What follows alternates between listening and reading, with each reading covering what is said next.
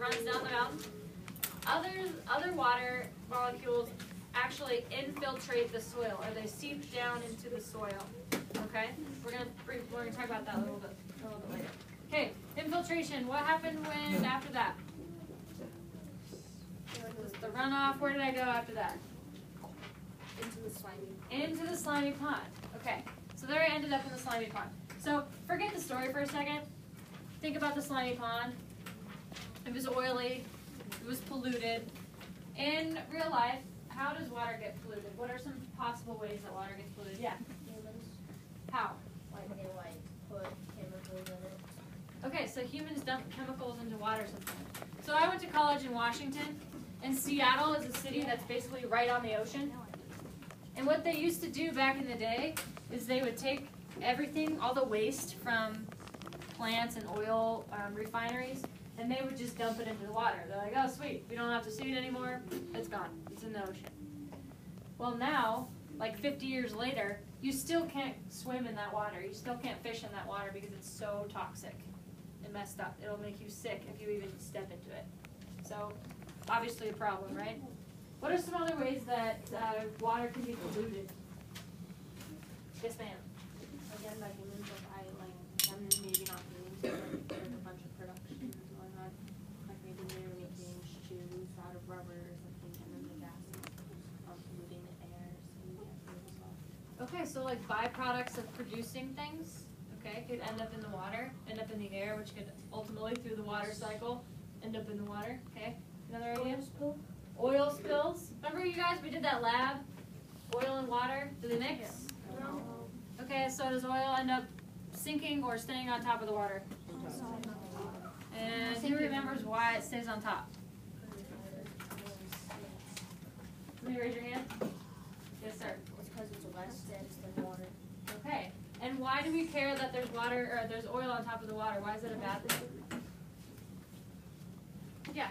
Because it blocks the oxygen from the fish and stuff. Okay, so it negatively impacts wildlife, right? Fish, stuff like that. Would you guys want to eat water that was all oily? Or drink water? No. So polluted water is not good to drink either. Okay? Did you have something to add? Yeah, when the fish die, the fishermen survive True story. Good. Okay, so you kind of shown me that you guys understand the water cycle. You guys are solid. You're doing a project on it right now. You know the terms.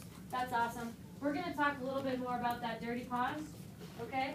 Talk a little bit more about protecting water and also conserving water. Okay? Because the water cycle runs everywhere in the world, right? The Sahara Desert and the rainforest. One's really dry, one's really wet. There's obviously more water in the rainforest than there is in the Sahara Desert, right? The water cycle's happening in both places, but the distribution of water is different, right? There's more water in one area than the other. So if there's an area that doesn't have very much water, the water is really limited there. And if that area happens to be somewhere where a lot of people live, then you got to figure out how to use that water efficiently so that everyone that needs it can use it. Okay? So I'm going to show you one such area in Colorado. Okay? Hang tight through this PowerPoint presentation. I'm just going to introduce to you this area.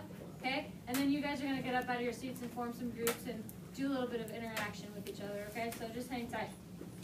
Let's see. Oh, whoops. I think I need your password. Sorry. All right. So as I go through this, pay attention to what I'm saying because your assignment is going to be to pretend you're one of the people that I'm going to talk about in this presentation and kind of decide how you're going to use water and how you're going to conserve water. Okay? So pay attention to details that you hear. All right. It's here. San Luis Valley. Has anyone ever been there? San Luis Valley in Colorado. I haven't been there either, but it seems cool. Okay, so this area is super hot, super dry, and there's not very much water there, so whoever gets to use the water, that's like a source of contention. It's really controversial, okay, who can use the water. So that's what we're going to talk about. All right, this is a precipitation map of Colorado. Okay, so precipitation is rain and snow, how much water is falling down, right? Okay, and if you'll notice, at the top of the legend, there's a little red box, right? See the red box? It's really small, okay?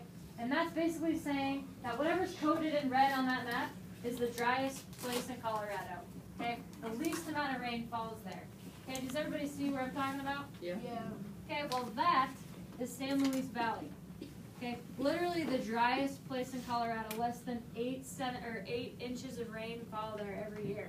That's not very much. Okay. Interestingly enough, there's plans. This is actually happening, right?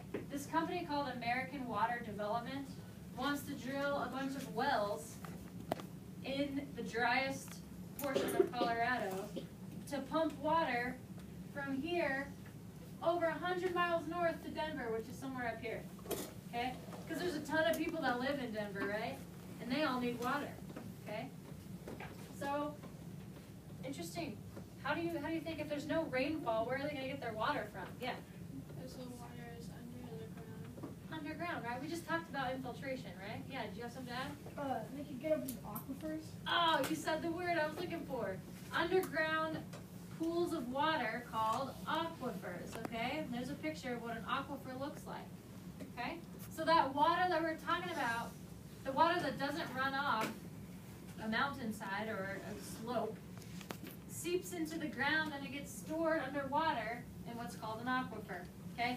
And when you dig a well, you're basically digging way down until you reach the water that's under here, okay? And you can either use that to irrigate your fields, or in this case, the company wants to pump that water from San Luis Valley all the way to the suburbs of Denver, okay? So this is a picture of neighborhoods that are outside the city of Denver. They're also called suburbs, okay? So this is where that company wants to pump the water. There's lots of people that live there, okay? Homeowners use water for lots of different things, so they need water. They can't survive without water, so somehow they need to get water, right? So that's one person that's going to need water, a homeowner, okay? The problem is there's a lot of people in San Luis Valley already living there that need the water too, okay? So we're going to kind of go through and talk about that. This is Baca Ranch. It's in that same area, that really dry area I was telling you about, okay? So ranchers, you know, raise cattle, they grow crops, okay? And obviously those things require water to do. So they have to figure out how to do that in a dry environment. Okay, we talked about aquifers already. Another thing that's interesting about this picture is all these snowy mountains back here. What do you think happens in this area every spring? The snow melts, okay? And because there's already a bunch of water underground, when the snow melts and the water floods this area, this valley, the snow melt stays on top of the ground because there's already water underneath the ground. So it doesn't have anywhere to go. So basically this area every spring becomes a big wetland, okay? Very different from any other time of the year. And that's really cool because a bunch of wildlife comes into the area every spring to use this wetland, okay? Tons of birds flock in there every spring. Yeah, do you have something? Are those birds? Yes. Tons of birds come and they lay nests actually around the marshes. So they're ground nesting birds, and they use this ecosystem that forms every spring by that runoff. The that birds melt are flying water. to the south. Now they probably are. Okay? So that's pretty interesting. So there's a lot of factors here involved in the environment, okay, that need water. Has anyone ever been to the Great Sand Dunes National Monument? Is it awesome? Yeah. I really want to go. I'm jealous. Okay? So this place is really cool because they're huge sand dunes that probably have taken, I can't even tell you how long to form. Okay? The interesting thing about this is that the sand is continually blowing away, right? Wind comes and just blows that sand away. The only reason these sand dunes are still there is because these creeks take the sand back to the sand dunes. They flow in the opposite direction, and they bring the sand back to the sand dunes. It's kind of like they're on this big giant treadmill, and the sand dunes are constantly moving but not going anywhere because the creeks are bringing that sand back. Okay? Here's a picture of those creeks. pretty interesting stuff. What would happen if those creeks weren't there? No more sand dunes. Probably take a while, but you never know. All right. This is one of those organisms that lives in the Great Sand Dunes National Monument area. And this is one of several species of critters that is endemic to this area. Does anybody know or can guess what the word endemic means? Yeah. Well, doesn't endemic mean like something that like kills a lot of people? So maybe like endemic is the opposite of that, where it helps people more, it helps them. You're kind of on the right track. It's something about the way it lives. It's living. Okay, yeah. Endemic, I think it kind of means like, because like it needs to live for the ecosystem to work. That's a good idea too. It's not quite right, but it's something to do with how it lives. Okay, and if I say it's endemic to this area specifically, what do you guys think I mean by that? Yeah. Yeah, it only lives here. It only survives here. Okay? So this little beetle isn't found anywhere else on the planet. Okay? And there's several other animals that are like that too. Okay? So it's important to these species. Alright. So here's what we're gonna do now. Okay? We've gone through a bunch of different people that need water from this area, right? San Luis Valley. Okay, we talked about homeowners, business owners, that business that wants to pipe water to Denver. We talked about ranchers, the environment, the Great Sand Dunes National Monument, so recreation, okay? So there's all these different people that need water for different things. And so you guys are going to represent those people. Mr. T and I are gonna I'm just gonna hand these out to you. And I'm gonna give you a role to play, okay? And then I'm gonna organize you guys up so that all of the ranchers are in one group, all of the homeowners are in one group, and your job, okay, pay attention.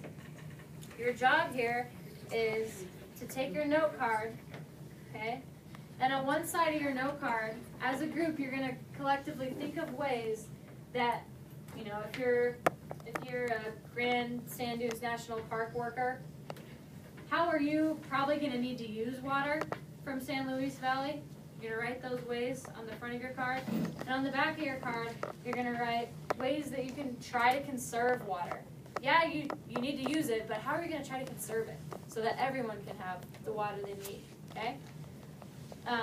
And you're gonna brainstorm. What I would love for you to do is to use your iPads to come up with really creative ideas, okay? So think about it on your own, but also use your resources. Use your iPads, use each other.